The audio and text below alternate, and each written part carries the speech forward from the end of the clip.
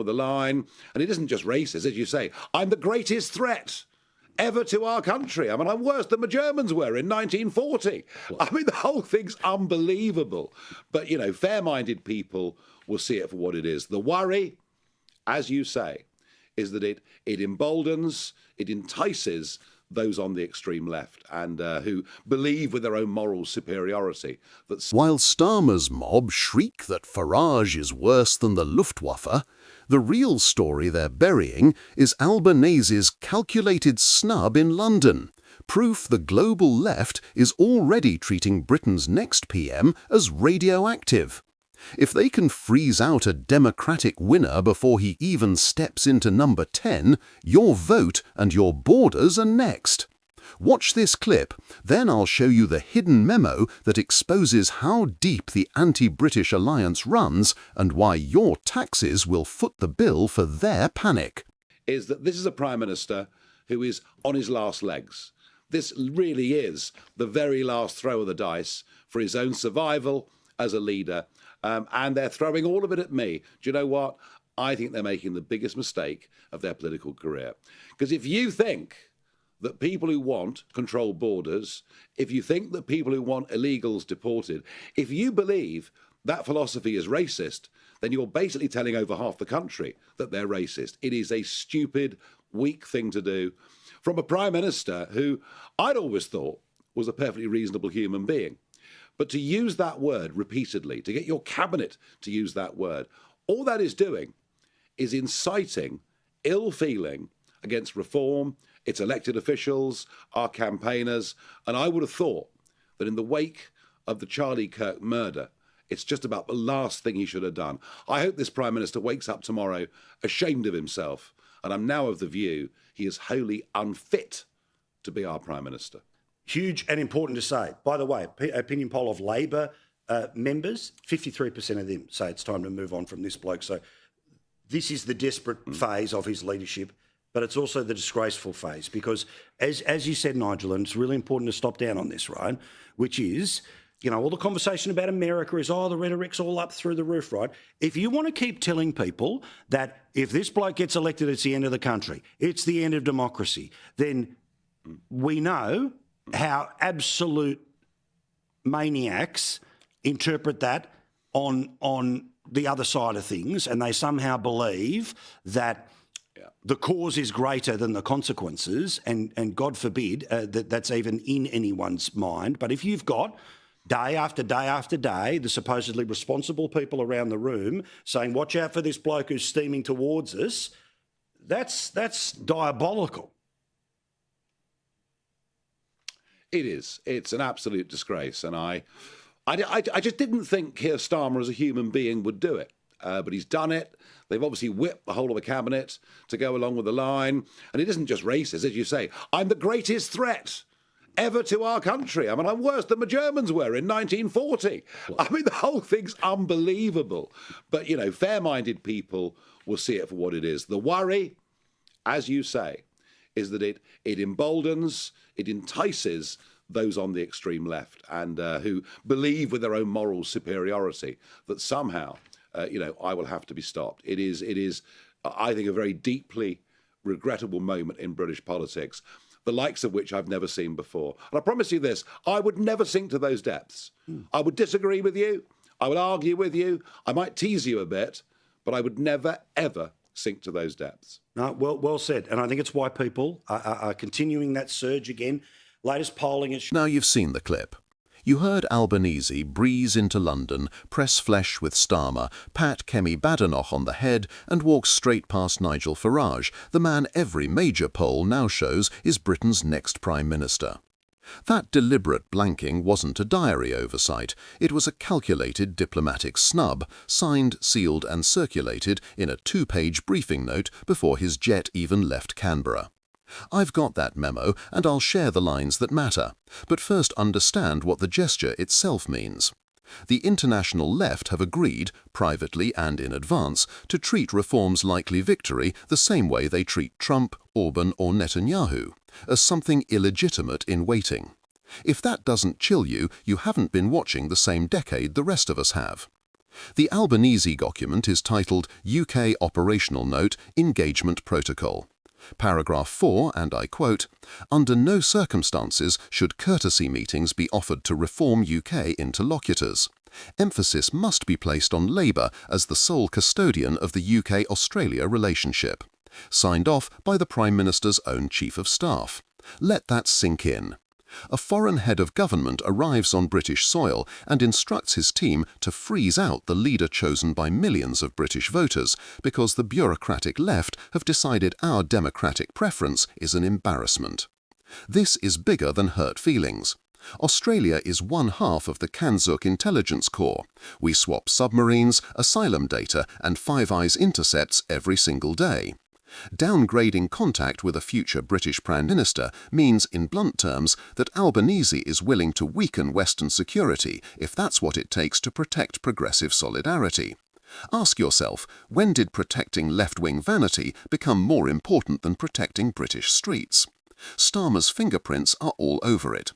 The same morning Albanese landed, Labour's conference spin doctors circulated their own internal script, again I have a copy, urging cabinet ministers to describe reform voters not as concerned citizens, but as extremist adjacent. They even rehearsed the soundbite Farage quotes in the clip, threat level greater than 1940. Think about the depravity of that.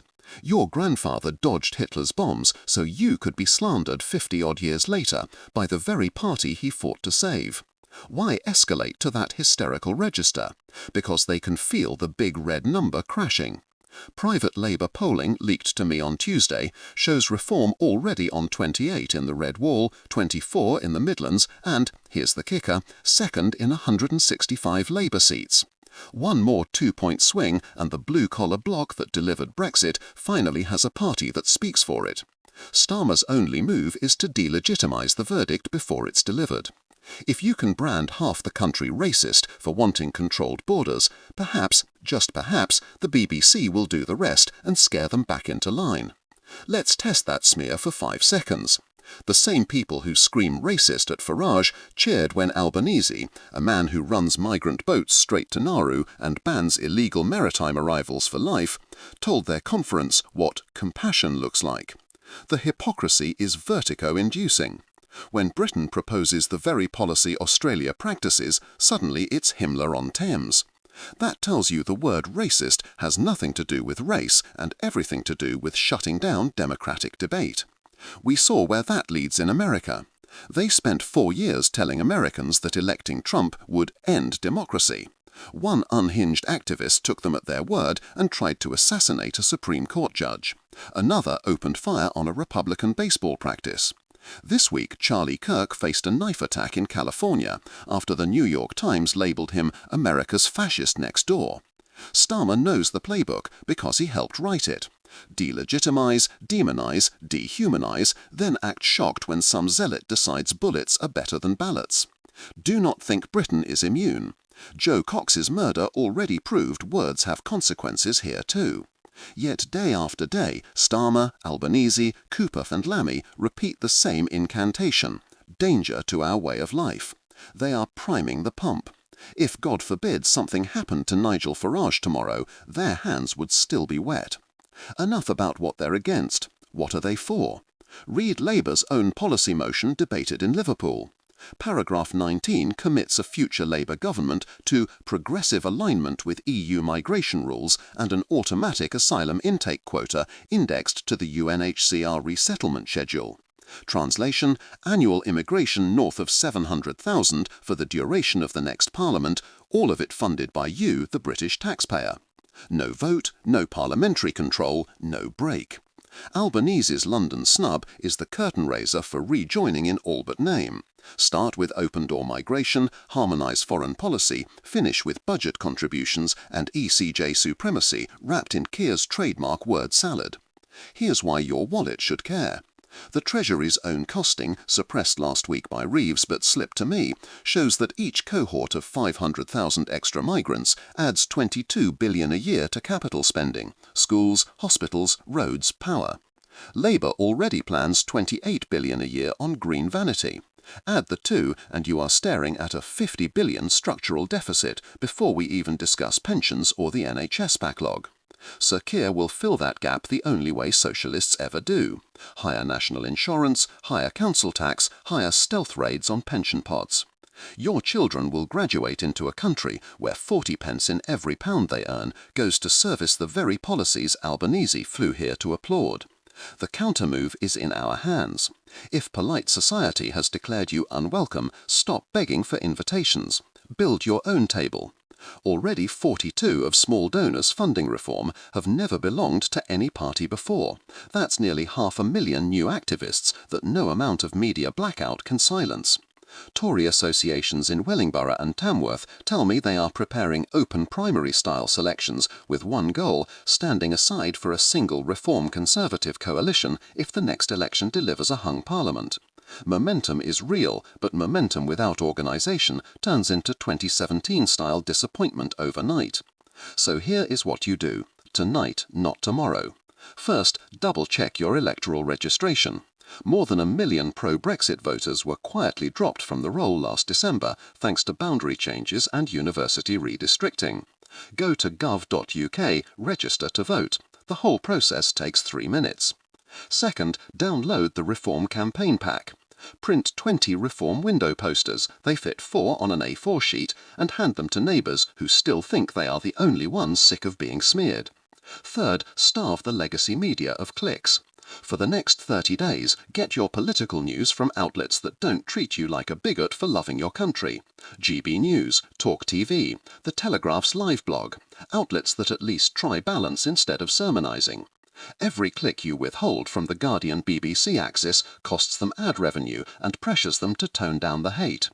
Finally, and this one is personal, write to your local newspaper. Not an email, a proper letter, 250 words, name and address included. Say simply that you resent being called a fascist for wanting the same borders Australia has. Copy the line to your MP. Letters pages are read by older voters who still turn out in winter rain. They need to know they are not alone. If every viewer of this video wrote one letter, that would be 120,000 reminders rattling around the establishment's letterboxes that this country was not built by cowards who bow to foreign lecturers. Back to that memo I started with. Albanese ends his brief with a prediction. A reform-led UK would complicate global centre-left coordination in 2026. He's right. Our movement is their nightmare precisely because it proves the nation-state can still defy the Davos set. Every time they insult us, every time they slam a door, they reveal the fear that you, the quiet British majority, might remember you are sovereign after all. So let them sneer. Let Albanese scurry back to Canberra clutching his talking points.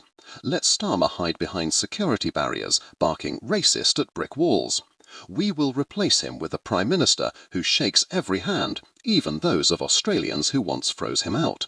Because that is what confident, civilised, patriotic people do.